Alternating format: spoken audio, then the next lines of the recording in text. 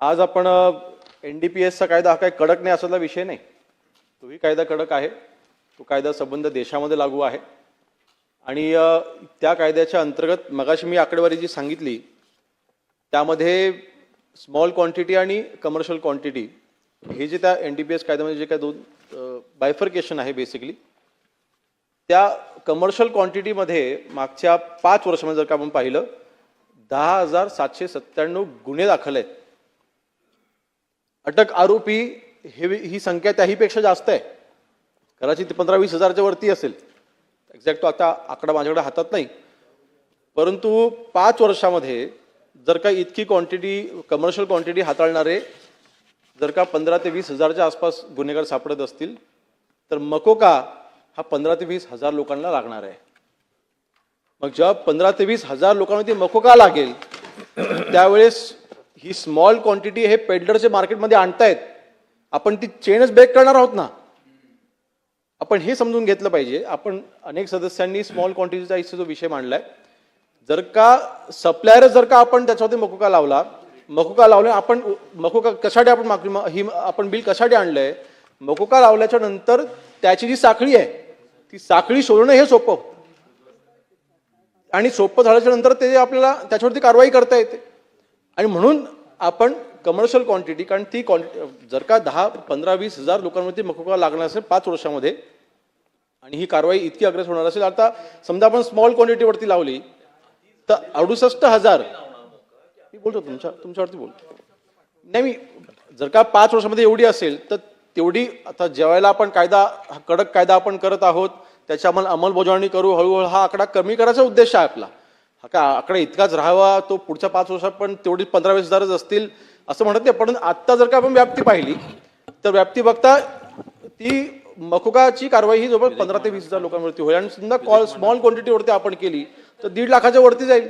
कारण जवळपास 70,000 लोकांवरती स्मॉल क्वांटिटीचे हे गुन्हे दाखल आहेत. आणि म्हणून आपण ही जी चेन आहे ती साखळी मोडणं हे अतिशय आवश्यक आहे. त्याकरता आपण सध्या याच्यामध्ये जी कमर्शियल क्वांटिटी आहे त्याच्यावरती आपण ही कारवाई आपण करतोय. आणि सन्माननीय सदस्य सुधीर भाऊंनी इथे जो विषय मांडलेला आहे की कायदे आपण करतो केस दाखल करतो परंतु ह्याच्यामध्ये कोर्टामध्ये जी काही पदरिक्त आहेत किंवा संख्या जास्त असल्यामुळे त्याला विलंब होतोय.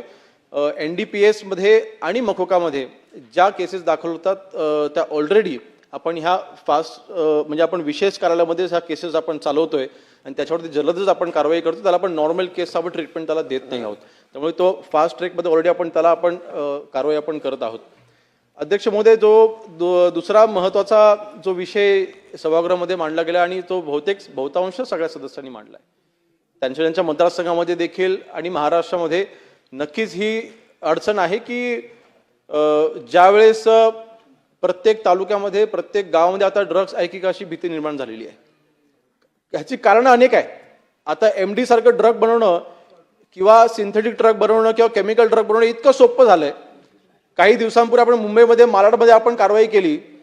एका झोपडपट्टीमधील एका घरामध्ये काही महिला मालवणीची कारवाई काही महिला स्टोव्हवरती केमिकल ड्रग बनवत होत्या. स्टोव्हवरती घरातल्या स्टोव्हमध्ये म्हणजे घराच्या आतमध्ये आता आपण सिंथेटिक ड्रग बनवू शकतो.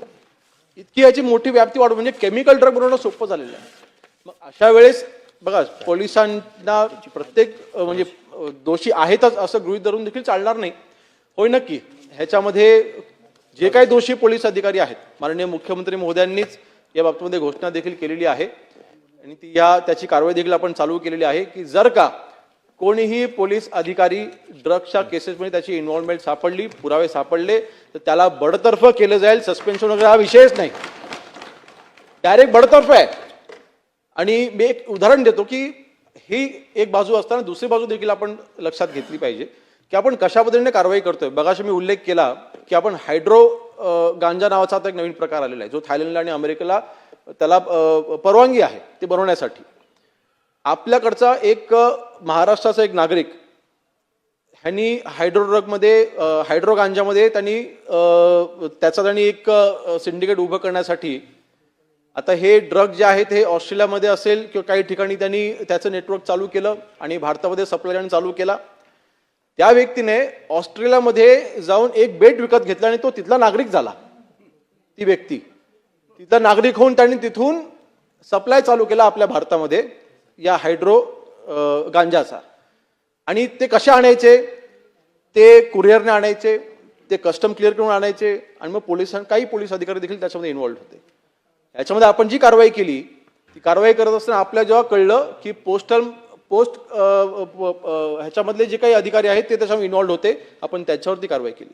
नंतर कळलं ते कस्टमच्या अधिकाऱ्यांच्या मार्फत त्यांच्याकडनं इन्व्हॉल्वमेंट, त्यांची देखील त्याच्यामध्ये इन्व्हॉल्वमेंट होती, आपण त्यांच्यावरती देखील कारवाई केली. आणि त्यानंतर असं समजलं की काही पोलीस अधिकारी देखील त्याच्यामध्ये इन्व्हॉल्ड होते, आपण त्या पोलीस अधिकाऱ्यांना देखील आपण बडतर्फ केलेलं आहे.